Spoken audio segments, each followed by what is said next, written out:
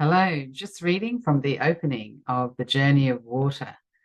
Uh, my name's Katherine Davies, and I'm the author of the novel, and it's on Amazon worldwide as an ebook for the moment.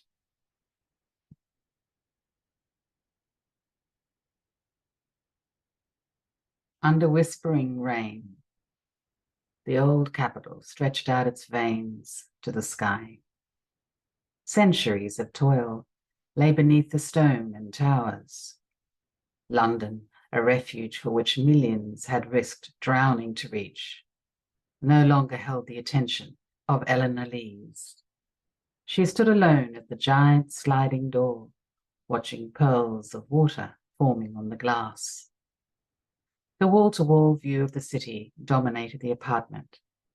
Facing north from the south bank of the Thames, you could see much of central London and a broad sweep beyond. It was a world away from the usual digs for London nurses. Eleanor's former place to sleep was a room in a share house noteworthy for the pervasive smell of car fumes and takeaway.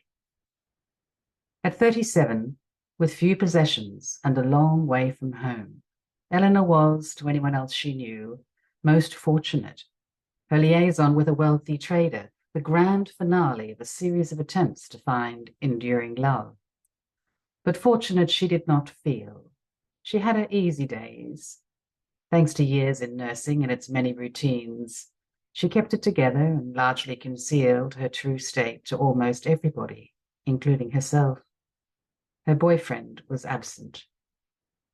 Born accomplished, Baxter Weil enjoyed a lion's reputation in the financial markets, chiefly in his domain, complex strategies such as the jelly roll and the straddle.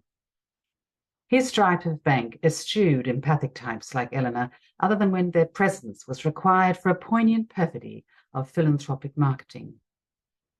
But 3 years ago, knocked sideways by a huge trading loss, Baxter had drunk so much he nearly died, and he fell for the attentive Aussie gal in the emergency department of St. Anthony's Hospital. Why she fell for a monosyllabic banker soaked in urine remained a mystery. For Baxter, bankers of his ilk would typically date a younger woman. Perhaps she offered the night nurse package for the time poor, she pondered later, as their relationship cooled and they became the strangers they had always been. But at the outset, as soon as the patient could walk and pee, Eleanor and Baxter became an item, or rather, Baxter and Elle. With their long working hours, dating proved a challenge logistically, and they were soon living together. It was the practical choice. The first and last visit to Elle's place was brief. There was nowhere to park his car. Inside, he stood stiffly, unresponsive, facing the stains on the wallpaper. She wanted him to visit her bedroom, where she had spent some time the night before washing and furnishing with plants and pictures, reordering her things to make a little space in the cupboard and empty a drawer. She was quite pleased with the result, and to the delight of her housemates, she kept going, tackling the communal bathroom and the kitchen. She was on a roll. Baxter, however, did not move his impeccable shoes until a zing emanated from his trouser pocket. As he walked out the crooked door, she saw his hand flick away as if to cast off a side of life he wanted nothing to do with. All at once, she felt mortified, sad, and glad she had covered the large stain on the living room sofa with a throw.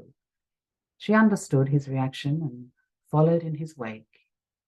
She cursed the front door as she lifted it to engage the lock. She did not notice the shadow in her heart.